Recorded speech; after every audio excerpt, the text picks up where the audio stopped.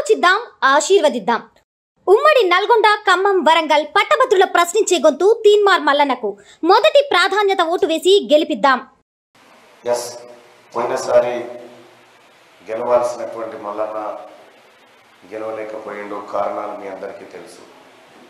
ఆ రోజు మనందరి ప్రైవేట్ స్కూల్స్, ప్రైవేట్ యాజమాన్యాలు, తర్వాత వీళ్ళందరినీ అప్పుడున్నటువంటి ప్రభుత్వం ఎమ్మెల్యేల ద్వారా ఒత్తిడి చేయించి బలవంతంగా ఇష్టం లేకున్నా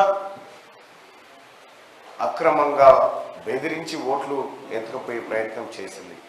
అయినా కూడా ఆ పరదా సాటుకు పోయిన తర్వాత మీకు మీ తీన్మార్ మల్లన్ననే కనిపించిందన్న విషయం నేను నమ్ముతా ఉన్నా. ఆ రోజు మీరు సహకరించారు కాబట్టే 1,49,000 ఓట్లు సంపాదించగలిగిన చూడన్నారు. పోయినటువంటి పల్లా రాజేశ్వర్ రెడ్డి, గెలిచిన రాజేశ్వర్ రెడ్డి ఏ ఒక్క రోజన్నా ప్రైవేట్ స్కూల్ యాజమాన్యాల బాధల్ని తీసుకుపోయి ముఖ్యమంత్రి గారి టేబుల్ మీద పెట్టిన రోజు ఉందా? ఒక్క రోజన్నా మీకు మీ కష్టం ఏంటని ఒక్కసారన్నా పలకరించిన పాపాన పోయాడా?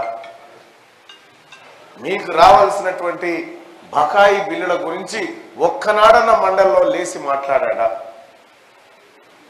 అవి మాట్లాడకపోగా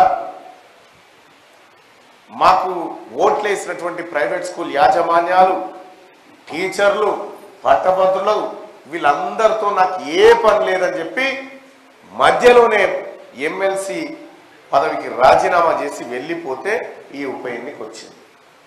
నేను ఇక్కడ ఉన్నటువంటి మిత్రులందరికీ హామీ ఇస్తా ఉన్నా, నేను పల్లా రాజేశ్వర్ రెడ్డి లాంటి మనిషిని కాదు. నా జీవితం ఒకసారి తీసి చూసుకోండి, మీ కళ్ళ ముంగట ఉంటుంది. నేను ఒక మాట చెప్తే ఆ మాటకు కట్టుబడి ఉంటా, లేదంటే ఆ పదవి నుంచి తప్పుకుంటా. అంతే తప్పగా ఇంకొక మాట చేయను. ఆలోచిద్దాం, ఆశీర్వదిద్దాం. ఉమ్మడి నల్గొండ, ఖమ్మం, వరంగల్ పట్టభద్రుల ప్రశ్నించే గొంతు తీన్మార్ మల్లన్నకు మొదటి ప్రాధాన్యత ఓటు వేసి గెలిపిద్దాం.